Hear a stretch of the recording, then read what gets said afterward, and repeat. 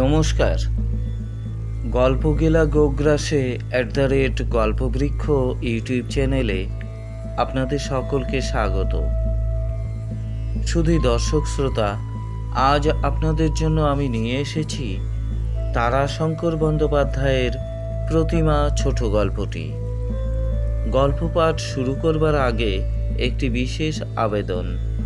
আপনারা যারা আমাদের চ্যানেলটি এখনও সাবস্ক্রাইব করেননি, দয়া করে আমাদের চ্যানেলটি সাবস্ক্রাইব করুন। আমাদের পরিবেশনা আপনাদের ভালো লাগলে দয়া করে লাইক, শেয়ার, কমেন্ট করুন। আমাদের পরিবেশনার কথা পরিচিতজনদের জানান এবং আমাদের উৎসাহ বৃদ্ধি করুন। ধন্যবাদ। তাহলে শুরু করা যাক তারাশঙ্কর বন্দ্যোপাধ্যায়ের ছোট গল্প প্রতিমা। ভাদ্র মাসের মাঝামাঝি সময়। আকাশে মেঘে বর্ষার সে ঘনঘোর রূপ আর নাই। মেঘের রঙও ফিরিতে আরম্ভ হইয়াছে। রৌদ্রের রঙেও পরিবর্তন দেখা দিয়াছে। গত বৎসরের অনাবৃষ্টি ও অজম্মার পর এবার বর্ষা হইয়াছে ভালো। মাঠে ধানের রং কসকসে কালো, আর ঝাড়ে গোছেও সুন্দর পরিপুষ্ট। দেশে একটা প্রশান্ত ভাব। গৃহস্থ বাড়িতে পূজার কাজ পড়িয়া গেছে। মাটির গোলাগুলিয়া ঘর নিকানোর কাজটাই প্রথমে আরম্ভ হইয়াছে। ওইটাই হইল মোটা কাজ এবং হাঙ্গামার কাজ। তারপর খড়ি ও গিরিমাটি দিয়া দুয়ারের মাথায় আলপনা দেওয়া আছে। খই মুড়ি ভাজা আছে। মুরকি নাড়ুর ভিয়ান আছে।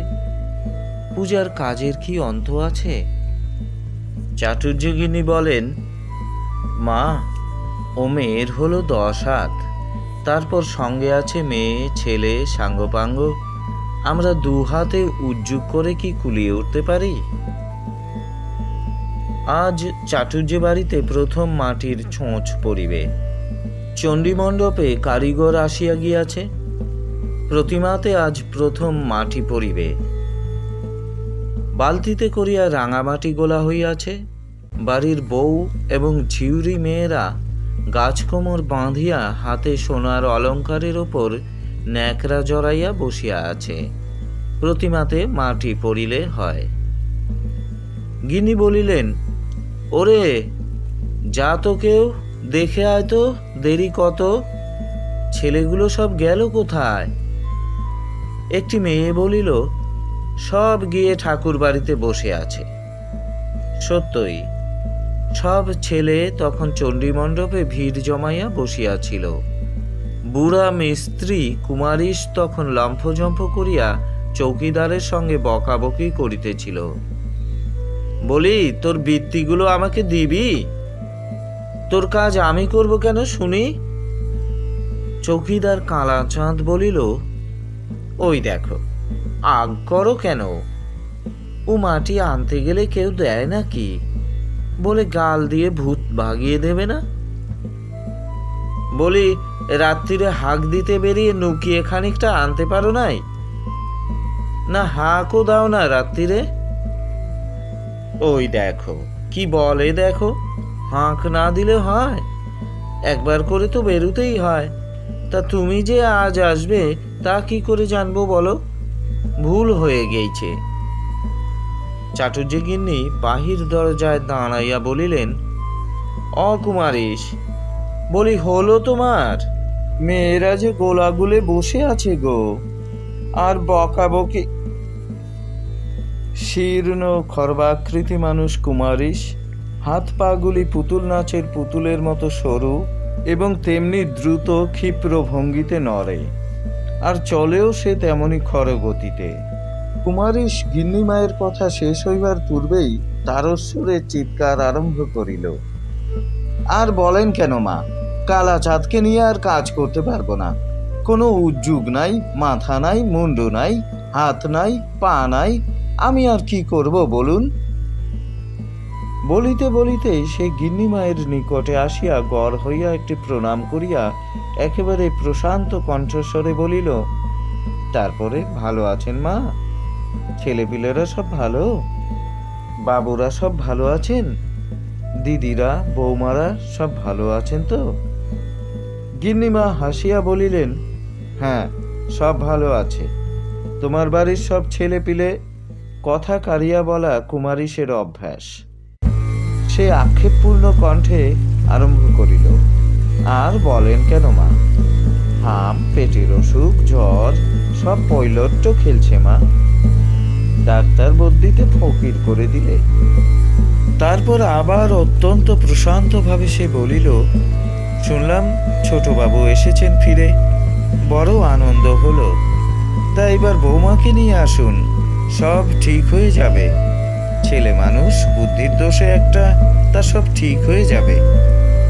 গিন্নিমা সমস্ত প্রসঙ্গটা চাপা দিয়া বলিলেন, তোমার আর দেরি কিসের শুনি? বৌরা মেয়েরা গোলা দিয়ে চানই বা করবে কখন, খাবেই বা কখন? কুমারীশ বলিল, আর দেরি কি, সব ঠিক হয়ে গিয়েছে, কেবল ওই বেশ্যের আগুনের মাটি লাগে কিনা তাই।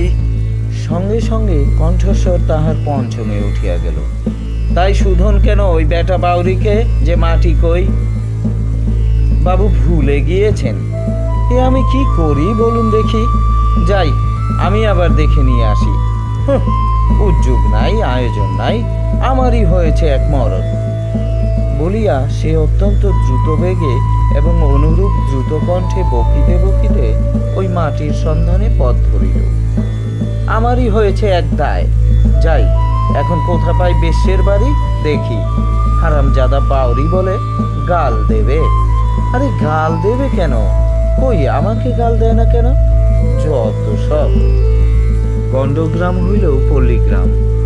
এখানে শহর বাজারের মতো প্রকাশ্যভাবে ব্যবসায় অবলম্বন করিয়া কোনো রূপ উপজীবিনী বাস করে না। তবে নিজ শ্রেণীর জাতির মধ্যে কলঙ্কিনীর অভাব নাই। গ্রামের পূর্ব উত্তর কোণাংশে ডোম পল্লী। এই ডোমেদের পুরুষেরা করে চুরি, মেয়েরা করে দেহ লইয়া বেশাতি। মা বাপ লইয়া সংসারের গৃহাচ্ছাদনের আবরণ দিয়া প্রকাশ্যেই তাহারা সব করিয়া থাকে। কুমারীশ এই ডোমপল্লীতে প্রবেশ করিয়া ডাকিল, বলি, কই গো সব, দিদিরা সব কই, গেলি কোথা গো সব? অদূরে একটা গাছতলায় 4-5টি মেয়ে জটলা করিয়া বসিয়া হিহি করিয়া হাসিয়া এ উহার গায়ে ঢলিয়া পড়িতেছিল। কুমারীশের কণ্ঠস্বরের ধ্বনিতে সকলে চকিত হইয়া ফিরিয়া চাহিল। একজন বলিয়া উঠিল, ওলো, সেই পোড়ার মুখ আইছিল, সেই মিস্ত্রি মাটি নিতে আইছে মুখ পোড়া। বলিতে বলিতে সে হাসিয়া ভাঙিয়া পড়িল। সঙ্গে সঙ্গে অপর সকলে উচ্ছ্বসিত কৌতুকে হাসিয়া একটা মত্ত কলরোল তুলিয়া দিল। এই যে সব বসে রয়েছিস, তারপর সব ভালো আছিস তো দিদিরা? রং নিয়ে আসিস, যাস সব, যাস। এবার ভাদু কেমন করে দিয়েছিলাম তা বল। কুমারীশ এক মুঠা মাটি সংগ্রহ করিয়া লইয়া তাহাদের কাছে আসিয়া দাঁড়াইল। একটা মেয়ে কৃত্রিম রাগ দেখাইয়া বলিয়া উঠিল, মাটি নিতে আইছো বুঝি তুমি? কেনে কেনে তুমি লিবে শুনি? লে লে, কেড়েলে মুখ পোড়ার হাত থেকে, লে কেড়েলে। কুমারীশ একরূপ ছুটিয়াই পথে নামিয়া অত্যন্ত খরবেগে চলিতে আরম্ভ করিয়া বলিল, প্রতিমে হবে দিদি, প্রতিমে হবে, যেও যেও সব, রং দেব, তুলি দেব, যেও সব, পদ্ম আঁকবে দৌড়ে। মেয়েরা আবার হাসিয়া ভাঙিয়া পড়িল। একজন বলিল, ধর বুড়োকে, ধর ধর। একজন বলিল, সবাইকে রং দিতে হবে কিন্তু। কুমারীশ চলিতে চলিতেই ঘন ঘন ঘাড় নাড়িতে নাড়িতে বলিল, হ্যাঁ হ্যাঁ, সেই রং দেবার সময় সে একটা বাঁকের মুখে অদৃশ্য হইয়া গেল। চাটুর্যে বাড়িতে মেয়েরা হুলুধ্বনি দিয়া গোলা দেওয়া আরম্ভ করিল। মেয়েদের মধ্যে সে এক আনন্দের খেলা। গোলা দেওয়ার নাম করিয়া এ উহাকে কাদা মাখাইবে, নিজেও ইচ্ছা করিয়া মাখিবে। বেলা 2 প্রহর 2.5 প্রহর পর্যন্ত কাদা মাখামাখি করিয়া ঘাটে গিয়া মাথা ঘষিয়া জল তোলপার করিয়া তবে ফিরিবে। সমস্ত বৎসরের মধ্যে তাহাদের এ একটা পরম প্রত্যাশিত উৎসব।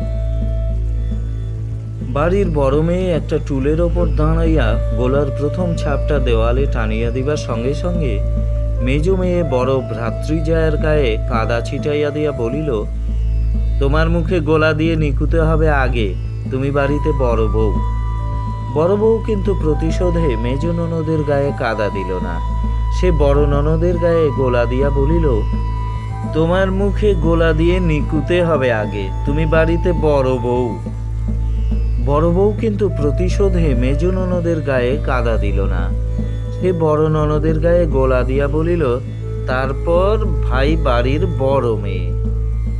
বড় মেয়ে হাতের কাদা গোলা ন্যাকড়ার নেতাটা থপ করিয়া মেজ বউয়ের মুখের ওপর ফেলিয়া দিয়া বলিল, তারপর আমাদের মেজ গিন্নি। মেজ বউ টুলের ওপর বড় ননদের দিকে মুখ করিয়া মুখখানি বেশ উঁচু করিয়াই ছিল। ন্যাকড়ার নেতাটা থপ করিয়া আসিয়া তাহার মুখের ওপর সাঁটিয়া বসিয়া গেল। পরম কৌতুকে সকলে হো হো করিয়া হাসিয়া উঠিল। ঠিক এই সময়েই একটি সুন্দরী তরুণী আসিয়া কাদা গোলা লইয়া মেজ ননদের গায়ে ছিটাইয়া দিয়া বলিল, তোমায় কেউ দেয়নি বুঝি? মেয়েদের হাসি কলরোল থামিয়া গেল। পরস্পরের মুখের দিকে চাহিয়া সকলে যেন বিব্রত হইয়া উঠিল। মেয়েটি বলিল, আমায় বুঝি ডাকতে নেই বর্দি? আমি বলে কত সাধ করে বসে আছি। বড় বউ বলিল, ছোট বউ, তুমি ভাই মাকে জিজ্ঞেস করে কাদায় হাত দাও। মাকে জিজ্ঞাসা করিতে হইল না, চাটুর্যে গিন্নি নিজেই আসিয়া পড়িয়াছিলেন। তিনি ছোট বউকে সেখানে দেখিয়া বলিলেন, তুমি কাদায় হাত দিও না বৌমা, অমূল্য দেখলে অনর্থ করবে মা, কেলেঙ্কারির আর বাকি রাখবে না, তুমি সরে এসো। ছোট বউয়ের মুখখানি ম্লান হইয়া গেল। সে একটা দীর্ঘ নিঃশ্বাস ফেলিয়া সরিয়া আসিয়া এক পাশে দাঁড়াইয়া রহিল। মেয়েদের কলরবের উচ্ছ্বাসে পূর্বেই ভাঁটা পড়িয়াছিল, তাহারা এবার কাজ করিবার জন্য ব্যস্ত হইয়া উঠিল। বড় মেয়ে অত্যন্ত বিরক্তি ভরে বলিল, সেই থেকে একটা নেতা দেওয়ালে উঠল না, নে নে নেতা দে না ও বড় বউ। ঠিক এই সময়েই কুমারীশ চিৎকার করিতে করিতে আসিয়া বলিল, টুল নাই, মোড়া নাই, আমি কি তাল গাছে চড়ে মাটি দেব? কই গিন্নিমা কই, একটা টুল চাই যে মা, একটা টুল না হলে আমি তো এই 1.5 হাত মানুষ। বাড়ির চারিদিকে অনুসন্ধান করিয়া গিন্নিমা বলিলেন, আর একটা টুল গেল কোথা, তুমি জানো বড় বৌমা? কুমারীশ বিস্ময় বিমুগ্ধ দৃষ্টিতে ছোট বউয়ের মুখের দিকে চাহিয়া বলিল, এই বউটি কে গিন্নিমা? গিন্নিমা বিরক্ত হইয়া বলিলেন, ছোট বৌমা, তুমি এখনো দাঁড়িয়ে আছো মা? ছি, বারবার তোমাকে বলে পারলাম না, যাও ওপরে যাও। ছোট বউ ঘোমটাটা টানিয়া দিয়া ধীরে ধীরে চলিয়া গেল। কুমারীশ বলিল, ইনি আমাদের ছোট বৌমা? আহা, এই যে সাক্ষাৎ দুর্গা ঠাকুরুন গো। হ্যাঁ, এমন চেহারা তো আমি দেখি নাই। আহা, হ্যাঁ, এমন লক্ষ্মী ঘরে থাকতে ছোট বাবু আমাদের। ছি ছি ছি ছি। গিন্নিমা অত্যন্ত বিরক্ত হইয়া বলিলেন, কুমারীশ, তুমি এসেছো প্রতিমে গড়তে, তোমার ওসব কথায় কাজ কি বাপু? বড় বৌমা, টুল আর একটা গেল কোথায়? কুমারীশ বারবার ঘাড় নাড়িয়া অপরাধ স্বীকার করিয়া বলিল, তা বটে, আপনি ঠিক বলেছেন, হ্যাঁ তা বটে, আমাদের ও কথায় কাজ কি? হ্যাঁ তা বটে, তা আপনি ভাববেন না, সব ঠিক হয়ে যাবে। আহা, এমন মুখ তো আমি। বাধা দিয়া গিন্নিমা বলিলেন, তুমি যাও কুমারীশ, আমি টুল পাঠিয়ে দিচ্ছি, দাঁড়িয়ে গল্প করো না, যাও আপনার কাজ করো গে। আগে হ্যাঁ, এই যে আমার বলে কত কাজ পড়ে আছে, 27খানা প্রতিমে নিয়েছি, আমার বলে মরবার অবসর নাই। কুমারীশ যে উচ্ছ্বসিত হইয়া বলিয়াছিল, আহা, এই যে সাক্ষাৎ দুর্গা ঠাকুরুন গো, সে কথাটা অতিরঞ্জন নয়, তবে উচ্ছ্বাসটা হয়তো অশোভন হইয়াছিল। চাটুর্যে বাড়ির ছোট বধূটি সত্যই অতি সুন্দরী মেয়ে। সকলের চেয়ে সুন্দর তাহার মুখশ্রী, বড় বড় চোখ, বাঁশির মতো নাক, নিটোল দুইটি গাল, ছোট্ট কপালখানি, কিন্তু চিবুকের গঠন ভঙ্গিমাটাই সর্বোত্তম।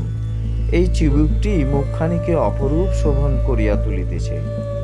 কিন্তু এত রূপের অন্তরালে লুকানো ছিল মেয়েটির দগ্ধ ললাট। তাহার এমন শুভ্র স্বচ্ছ রূপের অন্তরালে নির্মল জলতলের পঙ্কস্তরের মতো সে ললাট যেন চোখে দেখা যাইত। 5 বৎসর পূর্বে ছোট বধূ যমুনার বয়স তখন 12। সে তখন সবে বাল্যজীবনের অনাবৃত সবুজ খেলার মাঠ হইতে কৈশোরের কুঞ্জবনে প্রবেশ করিয়াছে। তখনই তাহার এ বাড়ির ছোট ছেলে অমূল্যের সহিত বিবাহ হয়। অমূল্যের বয়স তখন 24।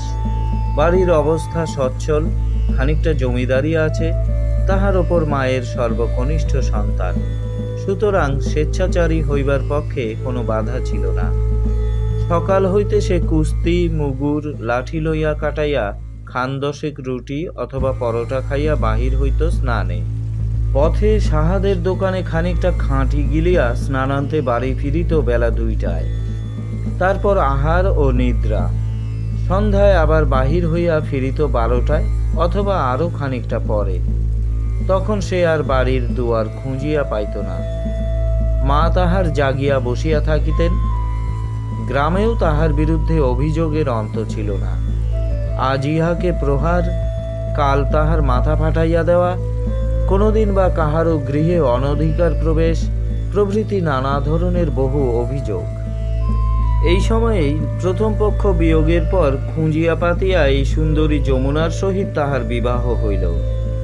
কিন্তু ফুলশয্যার রাত্রেই সেই যমুনাকে নির্মমভাবে প্রহার করিয়া বাড়ি হইতে বাহির হইয়া গেল। কয়দিন পরই গেল গঙ্গা স্নান করিতে। সেখানে এক যাত্রিনীর ওপর পাশবিক অত্যাচার করার জন্য অত্যাচারীকে হত্যা করার অপরাধে তাহার কয়েক বৎসর জেল হইয়া যায়। তারপর এই মাসখানেক পূর্বে অমূল্য বাড়ি ফিরিয়াছে, সঙ্গে সঙ্গে যমুনাকেও আনা হইয়াছে। 5 বৎসর পূর্বে সেদিন এজন্য চাটুর্যে বাড়ির মাথাটা লজ্জায় মাটিতে নত হইয়া পড়িয়াছিল, কিন্তু ধীরে ধীরে সে লজ্জা বেশ সহিয়া গিয়াছে। মাটিতে যে মাথা ঠেকিয়াছিল সে মাথা আবার ধীরে ধীরে উঠিয়াছে। এখন অমূল্যকে লইয়া শুধু অশান্তি আর আশঙ্কা। অশান্তি সহ্য হয়, কিন্তু আশঙ্কার উদ্বেগ অসহনীয়। পাছে সে আবার কিছু করিয়া বসে, এই আশঙ্কাতেই সকলে সারা হইয়া গেল। সকলে আশঙ্কা করিয়াই খালাস, কিন্তু সে আশঙ্কা নিবারণের দায়িত্ব ওই বধূটির ওপর আসিয়া পড়িয়াছে। তাই বধূটির প্রতি সতর্কবাণীর অন্ত নাই। অহরহ তাহাকে সকলে সে কথা স্মরণ করাইয়া দেয়। যমুনা ভয়ে ঠকঠক করিয়া কাঁপে। কুমারীশ রাত্রেও প্রতিমার গায়ে মাটি ধরাইতেছিল। তাহার ভাইপো যোগেশ হেরিকেনের লণ্ঠনটি উঁচু করিয়া ধরিয়া দাঁড়াইয়াছিল। কুমারীশ প্রতিমার গায়ে মাটি দিতে দিতেও ভাবিতেছিল ওই বধূটির কথা। মেয়েটিকে তাহার বড় ভালো লাগিয়াছিল। আহা, এমন সুন্দর মেয়ে, আর তাহার স্বামী কিনা এমন। সে বাড়িতে বহুদিন প্রতিমা করিতেছে। ওই ছোট বাবুকে সে ছোট ছেলেটি দেখিয়াছে। এইখানে সে এমনই করিয়া প্রতিমাতে মাটি দিত, আর ছোট ছেলেটি বলিত, দেবে না মিস্ত্রি, দেবে না? সে বলিত, দেব গো দেব। কবে দেবে? কাল। না, আজই দাও ও মিস্ত্রি। হ্যাঁ বাবু, এই ঠাকুরই তো তোমার। আবার কার্তিক দিয়ে কি হবে? না, আমায় কার্তিক বলে দাও। সে হাসিয়া বলিত, বাবু আমাদের খেপা বাবু। সেই ছেলে এমন হইয়া গেল। গেল গেল, কিন্তু এমন সুন্দর মেয়ে। মিস্ত্রির চোখের সম্মুখে প্রতিমার মতো মুখখানি যেন জল জল করিতেছে। সে স্থির করিল ছোটবাবুর সঙ্গে দেখা হইলে হয় সে তাহাকে বেশ করিয়া বলিবে। যোগেশ বলিল, কাকা, রাত হলো অনেক, আজ আর থাকুক। কুমারীশ অত্যন্ত চটিয়া উঠিয়া বলিল, থাকুক, কালও একবেলা এখানেই কাটুক নাকি? প্রতিমে যে 27খানা মনে আছে? যোগেশ ক্লান্তভাবে বলিল, তা হোক কেন, ওই দেখো চৌকিদার হাঁক দিচ্ছে। হাতের কাদার তালটা থপ করিয়া ফেলিয়া দিয়া কুমারীশ বলিল, ওই নে মর্গা যেয়ে তোরা দেখে নিগে, বুঝে নিগে সব, আমি আর কিছু পারবো না। সে উঠিয়া আসিয়া বালতির জলে হাত ডুবাইয়া ফলফল করিয়া ধুইতে আরম্ভ করিল। আপ আপ এও আপ। রাত্রির নিস্তব্ধতা ভেদ করিয়া শব্দ উঠিতেছিল, দৃপ্ত এবং উচ্চ কণ্ঠে শাসন বাক্য ধ্বনিত হইতেছে। কুমারীশ অকস্মাৎ অত্যন্ত খুশি হইয়া বলিল, তাই তো রে, চৌকিদারি বটে। খুব বলেছিস বাবা, রাত অনেক হয়েছে রে। রাত একেবারে সনসন করছে। নে একবার তামাক সাজ দেখি। যোগেশ তামাক সাজিতে বসিল। আপ আপ কোন হ্যায় এও উল্লুক। কুমারীশ চমকিয়া উঠিল। লণ্ঠনের আলোকে সব হয়ে দেখিল অসুরের মতো দৃঢ় শক্তিশালী এক জোয়ান সম্মুখে দাঁড়াইয়া। চোখ দুইটা অস্থির, পা টলিতেছে। হাতের শক্ত বাঁশের লাঠি গাছটা মাটিতে ঠুকিয়া সে প্রশ্ন করিতেছে, এও উল্লুক। মুহূর্তে সে চিনিল চাটুর্যে বাড়ির ছোট বাবু। কিন্তু তাহার সে মূর্তি দেখিয়া ভয়ে তাহার প্রাণ কাঁপিয়া উঠিল। সে অতি ভক্তিভরে প্রণাম করিয়া বলিল, ছোট বাবু, প্রণাম, ভালো আছেন? লণ্ঠন, প্রতিমা, মাটি এবং কুমারীশকে একসঙ্গে দেখিয়া ছোটবাবুর মনে পড়িল। সে বলিল, মিস্ত্রি, তুমি মিস্ত্রি? কৃতার্থ হইয়া কুমারীশ বলিল, আগে হ্যাঁ, কুমারীশ মিস্ত্রি। লণ্ঠনের আলোটা তুলিয়া ধরিয়া বেশ করিয়া কুমারীশকে দেখিয়া বলিল, এ স্লাই ফক্স মেট এ হেন। স্লাই ফক্স মানে খ্যাঁক শিয়ালি।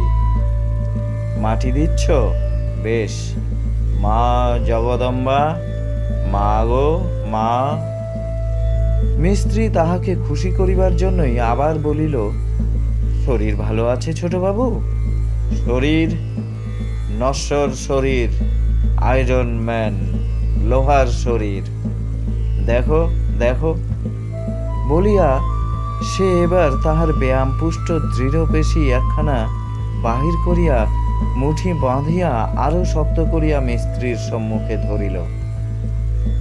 দেখো, টিপে দেখো। আপ।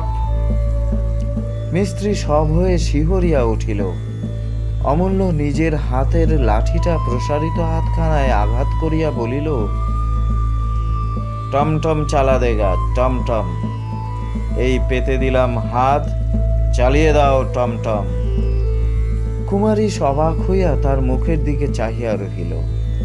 ওদিকে পুকুরটার পাড়ে বাঁশ বনে বাতাসের বেগে বাঁশগুলি দুলিয়া পরস্পরের সহিত ঘর্ষণ করিয়া শব্দ তুলিতেছে, ক্যাঁ ক্যাঁ, ক্যাট ক্যাট, নানা প্রকার শব্দ। অমূল্য লাফ দিয়া হাঁকিয়া উঠিল, আপ কোন হ্যায় এও। বাঁশবনের শব্দ থামিল না। বায়ুপ্রবাহ তখনও সমানভাবে বহিতেছিল। অমূল্য হাতের লাঠি গাছটা আস্ফালন করিয়া বলিল, ভূত। মিস্ত্রি বলিল, আগে না, বাঁশ। আলবত ভূত, কিংবা ছেনার লোক ইশারা করছে। তারপর অত্যন্ত আস্তে আস্তে সে বলিল, সব খারাপ হয়ে গিয়েছে, সব চরিত্র খারাপ। ওই শালা যদ শালা বাঁশি বাজায়, শালা কেষ্ট হবে, শালা মারে ডাঙ্গা। বাতাসের প্রবাহটা প্রবলতর হইয়া উঠিল।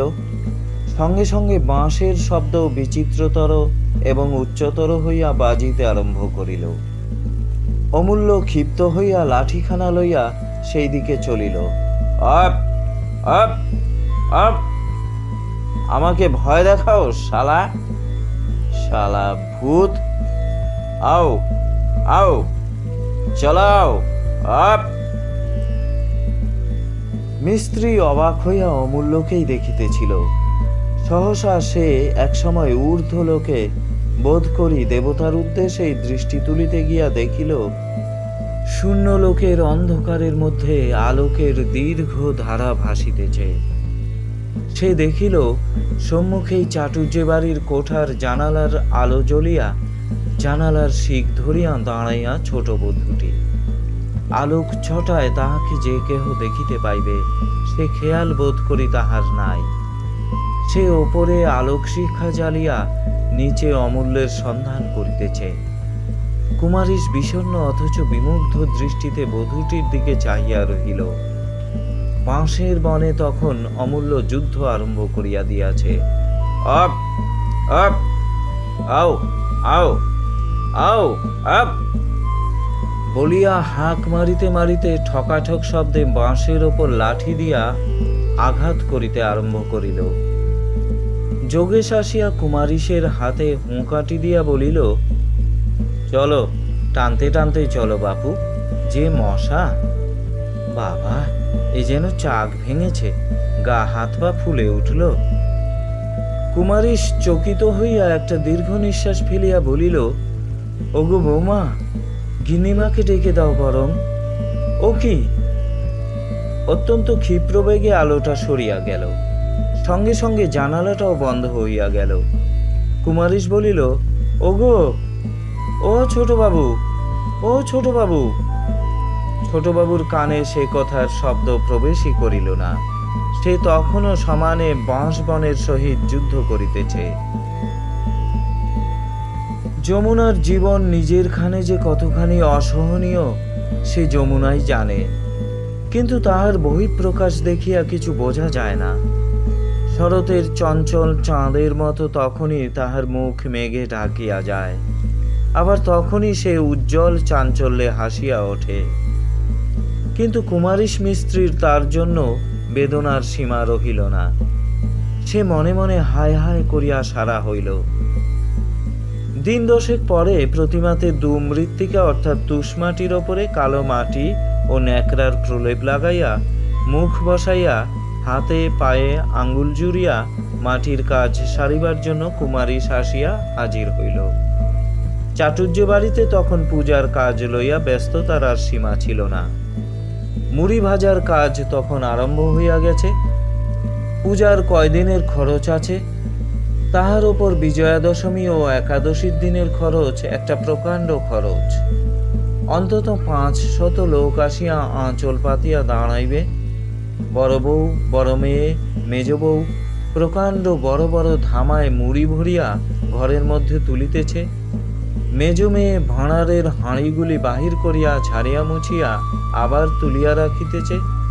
নতুন মশলাপাতি ভাণ্ডারজাত হইবে। ছোট বধূটিকে পর্যন্ত কাজে লাগানো হইয়াছে। সে বারান্দার এক কোণে বসিয়া সুপারি কাটিতেছে। কুমারীশ প্রতিমার গায়ে লাগাইবার জন্য পুরানো কাপড়ের জন্য আসিয়া উঠানে দাঁড়াইয়া কলরব করিতে আরম্ভ করিল। কই, গিন্নিমা গেলেন কোথায়? এ কি বিপদ, দেখো দেখি, গিন্নিমা গেলেন কোথা গো? ও গিন্নিমা! মুড়ির ধামাটা কাঁধে করিয়া যাইতে যাইতে বড় বউ বলিল, না বাপু, মিস্ত্রি দেখছি বাড়ি মাথায় করলে, তোমার কি আসতে কথা হয় না নাকি? বড় মেয়ে বলিল, মিস্ত্রি আমাদের পক্ষীরাজ ঘোড়ায় চড়ে আসে কিনা, ঘোড়া দাঁড়ায় না।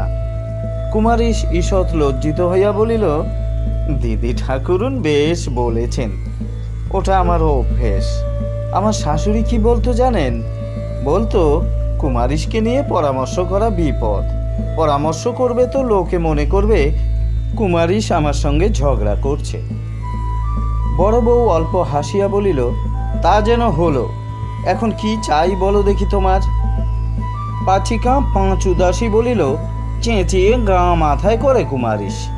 কুমারীশ অত্যন্ত চটিয়া গেল। তোমার ঠাকুরুন বড় ট্যাকট্যাকে কথা, না চেঁচালে এ বাড়িতে জিনিস পাওয়া যায়? পুরানো কাপড় চাই, তা ঠাকুরুনেরা জানে না নাকি? আমার তো বাপু এক জায়গায় বসে হাঁড়ি ঠেলা নয়, 27 খানা। বাধা দিয়া বড় বউ বলিল, সব ঠিক করে রেখেছি বাবা, গোছানো পাঠ করা সব ঠিক হয়ে আছে। তারপর চারিদিকে চাহিয়া দেখিয়া বলিল, কাকেই বা বলি? ও ছোট বউ, দাও তো ভাই, ওই কাঠের সিন্দুকের ওপর ভাঁজ করা আছে একটা পুঁটুলি কাপড়। কুমারীশ তাড়াতাড়ি বড় বধূর নিকট আসিয়া চুপি চুপি কহিল, বড় বৌমা, আমাদের ছোট বাবু এখনো তেমনই রাত করে আসে। বড় বধূ ভ্রু কুঞ্চিত করিয়া তাহার দিকে চাহিতেই অর্ধপথে সে নীরব হইয়া গেল। বড় বধূ বলিল, কেন বলো তো? এই না, বলি ঘর ঠাই হলো নাকি, মানে ছোট বৌমা আমাদের সোনার পুতুল। আহা মা, চোখে জল আসে আমার। বড় বউ চুপি চুপি বলিল, আমাকে যা বললে বেশ করলে, কিন্তু ও কথা আর কাউকে শুধিও না মিস্ত্রি। মা শুনলে রাগ করবেন, ছোটবাবু শুনলে তো আর রক্ষে থাকবে না। বলিয়াই সে খালি ধামাটা সেইখানে নামাইয়া রাখিয়া নিজেই কাপড় আনিতে অগ্রসর হইল। ইতিমধ্যে ছোট বউই কাপড়ের পুঁটলিটা বাহির করিয়া আনিয়া দাঁড়াইল। বড় বউ তাহার হাত হইতে পুঁটলিটা লইয়া কুমারীশের হাতে দিয়া বলিল, আর যদি লাগে তো মার কাছে এসে চাইবে। ছোট বউ মৃদুস্বরে বলিল, আমাকে মেজ দিদির মতো একটা হাতি গড়ে দিতে বলো না দিদি। কুমারীশ উচ্ছ্বসিত হইয়া উঠিল, সে তো আমি দিয়েছি মেজ দিদিমণিকে, দেব দেব, দুটো হাতি গড়ে এনে দেব, হাতির ওপর মাহুত শুদ্ধ। বড় বউ বলিল, ছোট বউ তুমি ঘরের ভেতরে যাও। কুমারীশ, যাও বাবা, কাপড় তো পেলে, এবার যাও। কুমারীশ কাপড়ের পুঁটলিটা বগলে করিয়া বাহির হইয়া গেল। চণ্ডীমণ্ডপে তখন ছেলের দল এমন ভিড় জমাইয়া তুলিয়াছে যে যোগেশ এবং আর একজন অত্যন্ত বিব্রত হইয়া উঠিয়াছে। কে একজন মহিষের মুন্ডুটা তুলিয়া লইয়া পলাইয়াছে। কুমারীশ পিছন হইতে বলিল, মাটি করলে রে বাবা, মাটি করলে, কই কই বিষ কাদা কই, দে দে, সব লাগিয়ে দে, ধর ধর যোগেশ, ধর সব। বিষ কাদাকে ছেলেদের বড় ভয়, বিষ কাদা গায়ে লাগিলে নাকি ঘা হয়, আর যে বিশ্রী গন্ধ। ছেলের দল ছুটিয়া সরিয়া গেল। কুমারীশ একটা মোটা তুলিতে গোবর ও মাটির তরল গোলা ছিটাইতে ছিটাইতে বলিল, পালা সব, পালা এখন, সেই হয়ে গেলে আসবি, যা। কিন্তু কিছুক্ষণ পরই আবার একটি দুইটি করিয়া জমিতে আরম্ভ করিল। কুমারীশ একজনকে বলিল, কই তামুক আন দেখি খানিক। রাত্রে জানালার ওপর আলোটি রাখিয়া যমুনা একা বসিয়াছিল। সমস্ত বাড়ি নিস্তব্ধ, পূজার কাজে সমস্ত দিন পরিশ্রম করিয়া যে যাহার ঘরে শুইয়া পড়িয়াছে, বোধ হয় ঘুমাইয়া পড়িয়াছে। একা ঘরে যমুনার শুইতে বড় ভয় করে। অমূল্য মদ খাইয়া ভীষণ মূর্তিতে আসিলেও সে আশ্বস্ত হয়। মানুষের সাহস পাইয়া শুইবা মাত্র ঘুমাইয়া পড়ে। অমূল্যের অত্যাচার প্রায় তাহার সহিয়া আসিয়াছে। অমূল্যের প্রহারের চেয়ে আদরকে তাহার প্রথম প্রথম বেশি ভয় হইত, সেও তাহার সহিয়া গিয়াছে। কিন্তু রাত্রির প্রথম দিকেই এই নিঃসঙ্গ অবস্থায় তাহার ভয়ের আর অন্ত থাকে না। কেবল মনে হয় যদি ভূত আসে। ঘরের দরজা জানলা সমস্ত বন্ধ করিয়া প্রাণপণে চোখ বুজিয়া সে পড়িয়া থাকে। ঘরের মধ্যে দপদপ করিয়া আলো জ্বালিয়া দেয়। আজ চণ্ডীমণ্ডপে মিস্ত্রিরা প্রতিমা গড়িতেছে। খানিকটা দূরেও জাগ্রত মানুষের আশ্বাসে সে জানালা খুলিয়া দিয়া তাহাদের দিকে চাহিয়া বসিয়া আছে। লাগিতেছেও বেশ। উহারা গুজগুজ করিয়া কথা কহিতেছে, কাজ করিতেছে। একজন ছোট মিস্ত্রি কাঠের পিঁড়ার ওপর মাটির লেচি দ্রুত পাক দিয়া লম্বা লম্বা আঙ্গুলগুলি গড়িতেছে। একজন ছাঁচে ফেলিয়া মাটির গয়না গড়িতেছে, আর কুমারীশ প্রতিমার মুখগুলি করিতেছে। বাঁশের পাতলা টুকরা দিয়া নিপুণ ক্ষিপ্রতার সহিত ভ্রু, চোখ মাটির তালের ওপর ফুটাইয়া তুলিতেছে। ইহার পর মুখের ওপর গঙ্গামাটির প্রলেপ দিয়া মাজিবে। যমুনা ছেলেবেলায় কত দেখিয়াছে, সিমেন্ট করা মেঝের মতো পালিশ হইবে। বৌমা, জেগে রয়েছেন মা? যমুনা চকিত হইয়া উঠিল। মাথার ঘোমটাটা টানিয়া দিয়া সে একটু পাশে সরিয়া দাঁড়াইল। একটু নিজেই জিভ কাটিল। মিস্ত্রি দেখিয়া ফেলিয়াছে। আমি খুব ভালো হাতি গড়ে এনে দেব, এক জোড়া। দুটো মাটির বেড়াকেটও এনে দেব, তারই ওপরে রেখে দেবেন। যমুনা সসংকোচে আবার আসিয়া জানালায় দাঁড়াইল।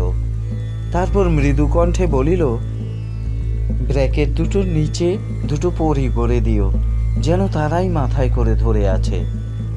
কুমারীশ বলিল, না, দুটো পাখি করে দেব। পাখি উড়ছে, তারই পাখার ওপর ব্র্যাকেট থাকবে।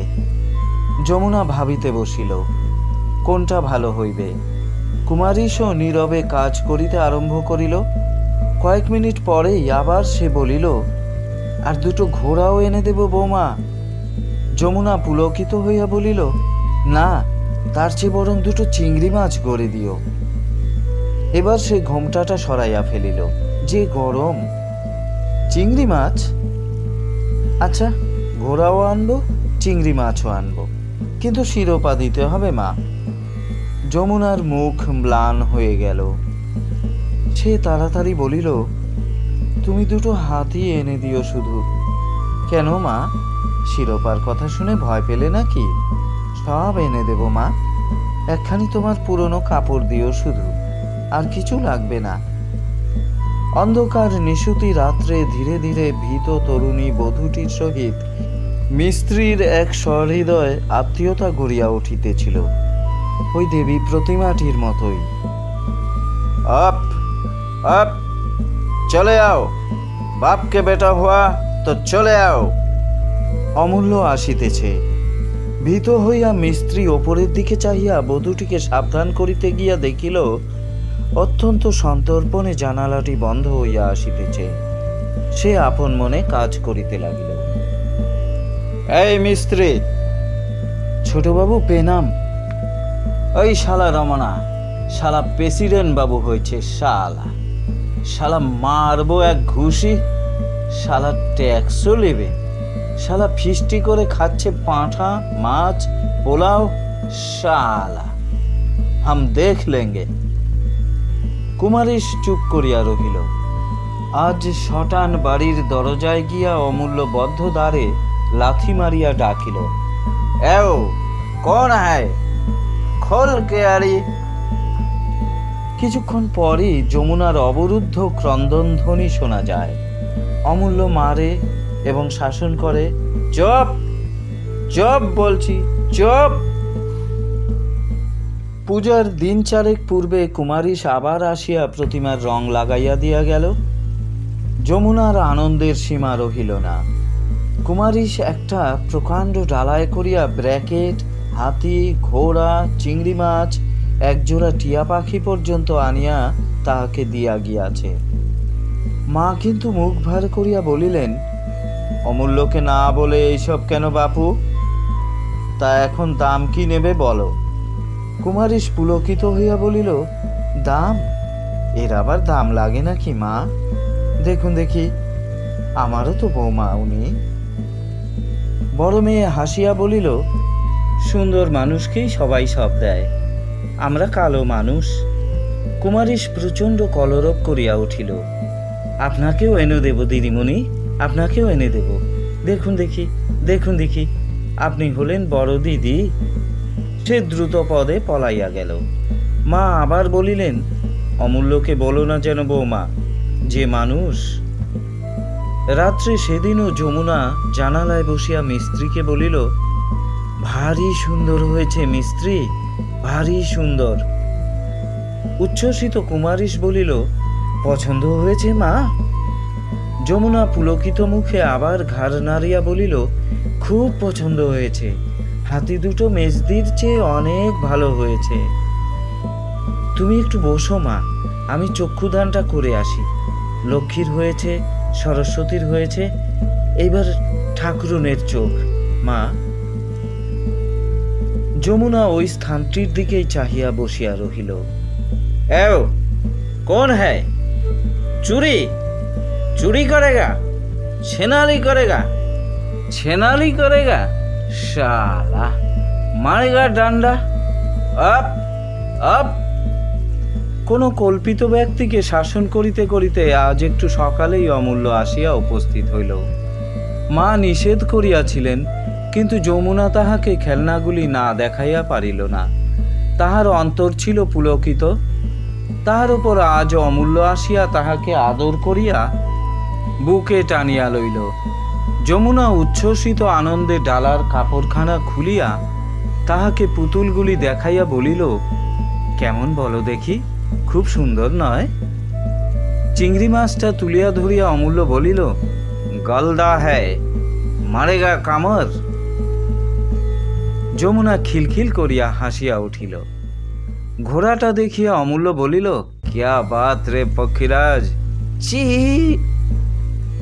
যমুনা বলিল, মিস্ত্রি আমাকে দিয়েছে। মিস্ত্রি? স্লাই ফক্স, ওই খেকশিয়ালি? এই মিস্ত্রি! সঙ্গে সঙ্গে সে জানালাটা খুলিয়া বলিল, good man, the sly Fox is a good man, আচ্ছা আদমি। সঙ্গে সঙ্গেই আবার জানালাটা বন্ধ করিয়া দিয়া যমুনাকে কাছে টানিয়া লইল।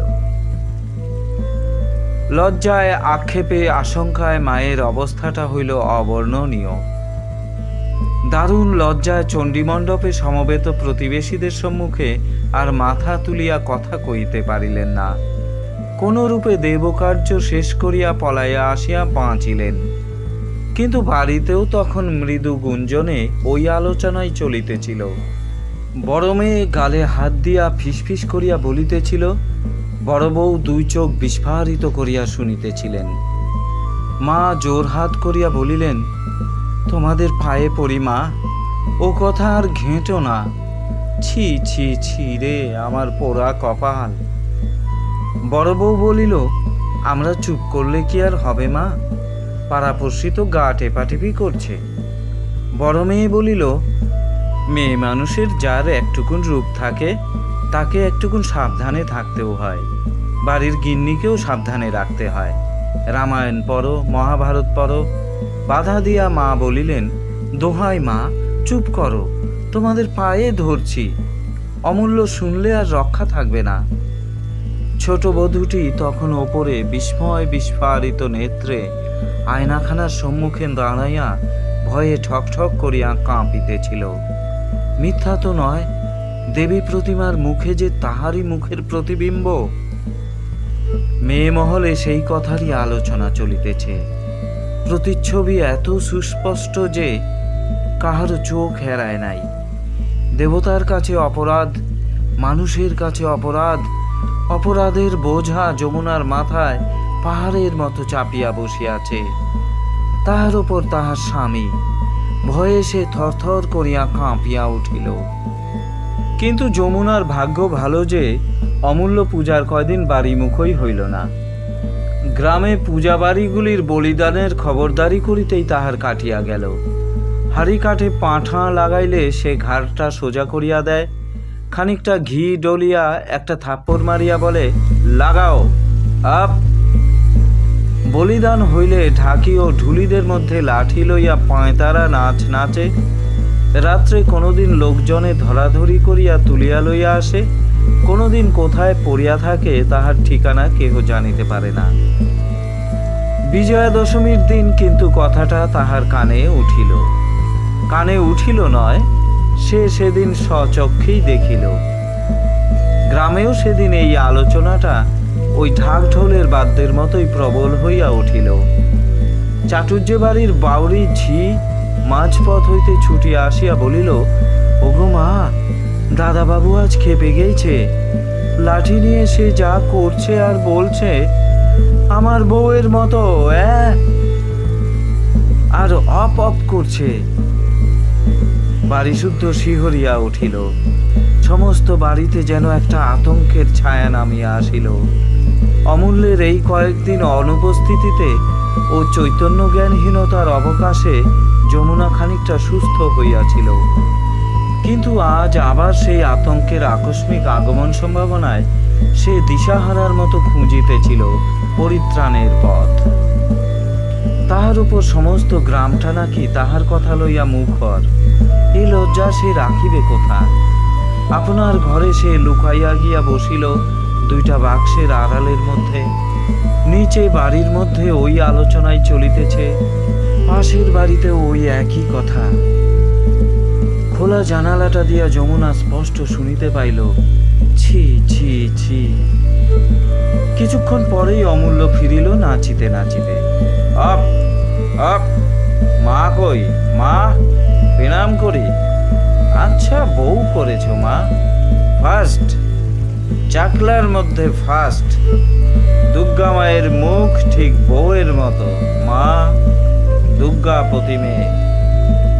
এই ছোট বউ, এই কই ছোট বউ? কিন্তু কোথায় ছোট বউ? সমস্ত বাড়ির মধ্যে ছোট বউয়ের সন্ধান মিলিল না। সমস্ত রাত্রি অমূল্য পাগলের মতো চিৎকার করিয়া ফিরিল। পরদিন চণ্ডীমণ্ডপে পূজার খরচের জন্য রাজ্যের লোক আসিয়া জমিতেছিল। সকলে বৃত্তি পাইবে, নানা বৃত্তি, কাপড়, পিলসুজ, ঘড়া, গামছা, পূজার যত কিছু সামগ্রী, মায়ের নৈবেদ্য পর্যন্ত বৃত্তি বিলি হইবে। কুমারীশও এই গ্রামের মুখে আসিতেছিল, তাহারও পাওনা অনেক। পরনে তাহার নতুন লাল পেরে কোরা কাপড়, গলায় কোরা চাদর, বগলে ছাতা, হাতে একটা পুঁটলিতে বাঁধা কয়টি মাটির পুতুল ও খেলনা। সে হনহন করিয়া গ্রামে প্রবেশ করিল। প্রতিমাবাহকেরা জল হইতে দেবী প্রতিমার খড়ের ঠাট তুলিয়া আনিয়া চণ্ডীমণ্ডপে নামাইয়া দিয়া বিদায়ের জন্য দাঁড়াইল। তাহারা চাহিল, মা বিসর্জনের বিদায় আমাদের, মূর্খিনারু। ঠিক এই সময়েই বাড়ির ঝিটা দেখিল বাড়ির খিড়কির ঘাটেই যমুনার দেহ ভাসিতেছে। তাড়াতাড়ি তোলা হইল বিবর্ণ সব দেহ। অমূল্য আছাড় খাইয়া কাঁদিয়া পড়িল। কুমারীশ বাড়ির মধ্যে প্রবেশ করিয়া বজ্রাহতের মতো দাঁড়াইয়া গেল। শুধু দর্শক শ্রোতা, এতক্ষণ আপনারা শুনছিলেন তারাশঙ্কর বন্দ্যোপাধ্যায়ের বিখ্যাত ছোট গল্প প্রতিমা। শুধু দর্শক শ্রোতা, আজ এই পর্যন্তই। পরবর্তীতে আবার কোনো সাহিত্যকর্মের পাঠ নিয়ে আপনাদের সামনে হাজির হব। ততক্ষণ পর্যন্ত আপনারা সবাই সুস্থ থাকুন, ভালো থাকুন। চলতে থাকুক গল্প গেলা গো গ্রাসে @গল্পবৃক্ষ। শুধু দর্শক শ্রোতা, আপনারা যারা আমাদের চ্যানেলটি সাবস্ক্রাইব করেননি, দয়া করে চ্যানেলটি সাবস্ক্রাইব করে দেবেন। আপনাদের কেমন লাগছে দয়া করে তা জানাবেন, আমাদের উৎসাহ বৃদ্ধি করবেন। ধন্যবাদ।